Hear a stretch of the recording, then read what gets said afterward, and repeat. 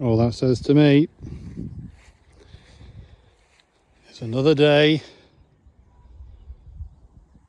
at fun on the old bow.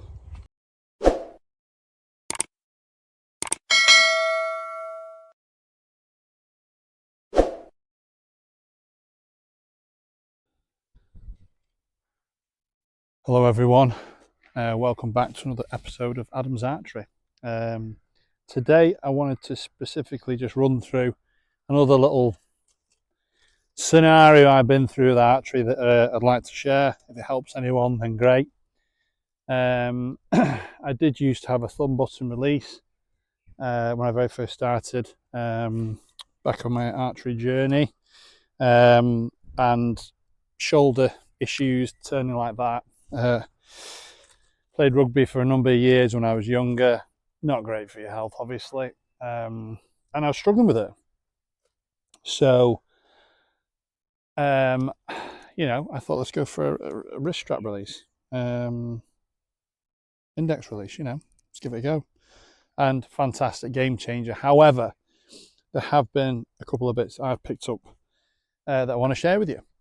So, initially, I was sort of just, on the D loop, over here, there, and everywhere, and it was dire. I've watched some old videos which I won't put you through. Then obviously did a bit of research myself, spoke to a couple of guys, and ideally with this type of release, you need to be making a triangle with your fingers. I'm not going to go into draw lengths and all that sort of stuff because this does affect it, shall we say. But let's pretend all that's fine. So for me, as an anchor point, I need to be making a triangle with my fingers and sitting it on my jawbone. The more consistent you can be with your own anchor points on your face will obviously have a massive impact on your shooting and your consistency. One thing I did notice I was doing, and I didn't know I was doing it until I filmed myself, was I would draw back and then I'd be faffing around for ages, be up, down, try to get my string on my nose. And recently I've changed my draw length, and it's just made a massive difference. And I just wanted to share that. So once you've got your release aid on, obviously, I want to be pulling back, finding my anchor point, and it should just be a case of settling in for the shot.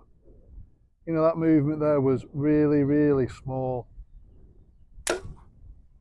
There was nothing to that. I was pulled back, finger on my anchor point.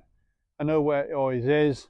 My string is in the corner of my mouth, touching my nose, and away we go. I mean, and it really is those small little details at time that make a massive difference. By the time you've drawn the bow back and you're then holding the weight, and I'm faffing about trying to get my nose on the string, and I'm looking down because that wasn't quite right, so I'm tilting my head and I'm knocking it out of level. It's all these small little nuggets of information that I've sort of been finding out as I've been going on that make a massive difference. So now the whole shot just feels more comfortable to me. I'll draw back, I'll sit, and it's literally a case of my head just tilts ever so slightly into it and I'm on. Strings on the edge of my nose, edge of my mouth, and I'm away. I just wanted to share that one today because in essence that's how you should be.